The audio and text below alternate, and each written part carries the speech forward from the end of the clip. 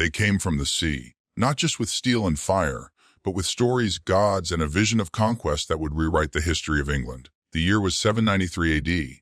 The peaceful monastery of Lindisfarne, filled with monks, prayers, and ancient manuscripts, was ripped apart by axes and torches.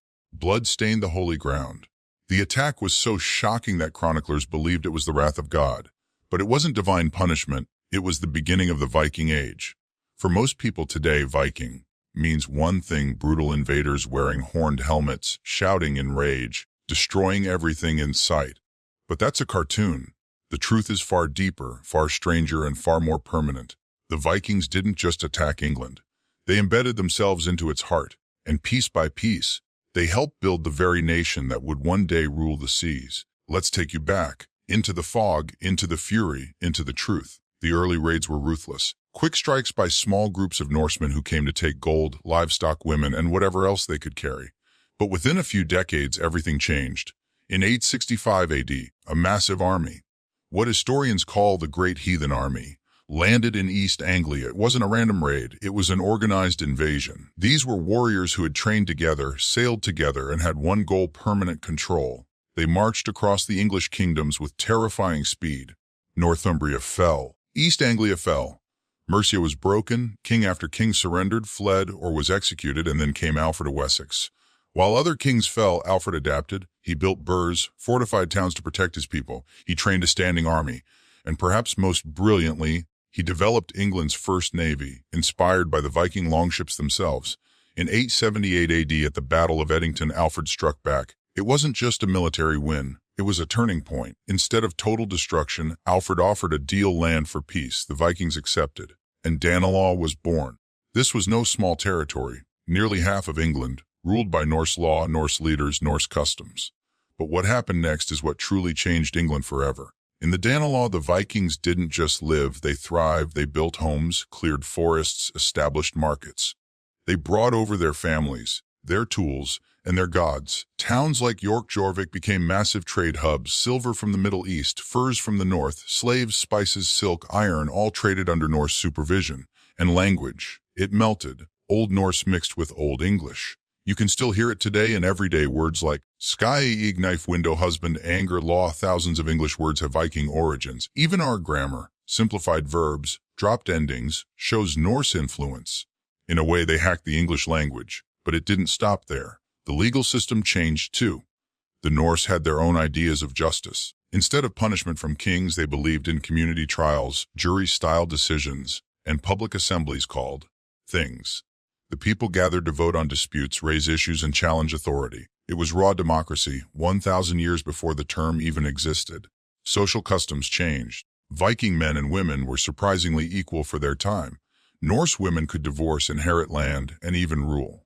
In many parts of England, this raised eyebrows, but it stuck. In fact, archaeological records show Viking women buried with keys, symbols of their authority in the household and beyond. And cleanliness. Forget the myths. The Vikings bathed weekly. Unlike their Anglo-Saxon neighbors, they used combs, tweezers, and even ear cleaners. In fact, English monks mocked them for being too clean and too attractive to English women. The cultural blending was unstoppable. Norse sagas were told around English hearths. English crops were grown with Norse farming tools.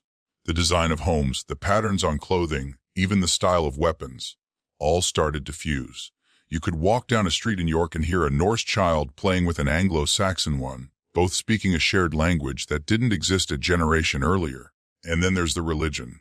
At first, the Vikings were feared as godless pagans, worshippers of Odin, Thor, and Freyja. But slowly this too evolved. Missionaries converted Viking leaders. Churches were rebuilt. But instead of pure Christianity, a hybrid faith emerged.